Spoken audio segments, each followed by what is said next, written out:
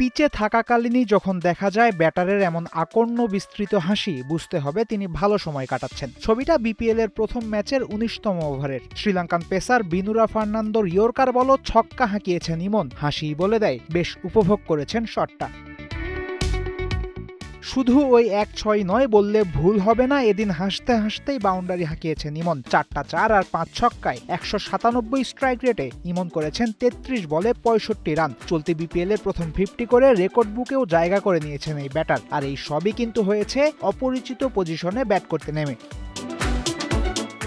সাইম আইয়ুব আর রনি তালুকদারের জন্য টাইটান্সের হয়ে ওপেনিং করার সুযোগ হয়নি ইমনের। সিলেট ৬৮ রানে দ্বিতীয় উইকেট হারানোর পর পিচে এসেছিলেন।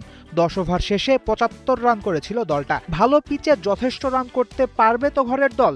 মনের কোণে তখন এমনই প্রশ্ন। পিচে সেট হয়েই প্রশ্ন আশঙ্কা সবই উড়িয়ে দিয়েছেন এই বাঁহাতি। শুধু দলকে ভালো জায়গায় পৌঁছানোই নয়, একরকম বিশ্বকাপের প্রস্তুতিও নিয়ে রেখেছেন টাইগার ওপেনার। রাজশাহী ওয়ারিয়র্স দলে খেলছেন নেপালি স্পিনার সন্দীপ লামিচানে। বিশ্বকাপে বাংলাদেশ নেপাল আছে একই গ্রুপে। একটা হুমকি যে হতে পারেন লামিচানে তা না বললেও চলছে।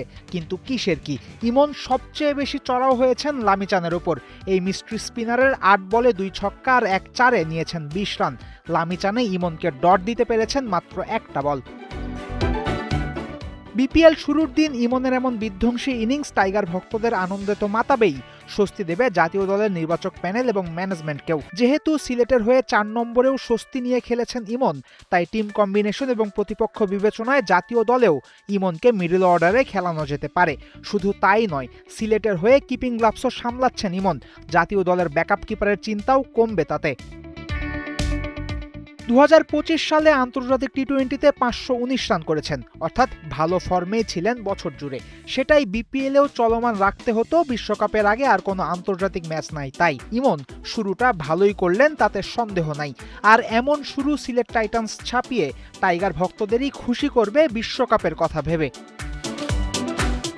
ফয়সাল হাবিব, ৭১।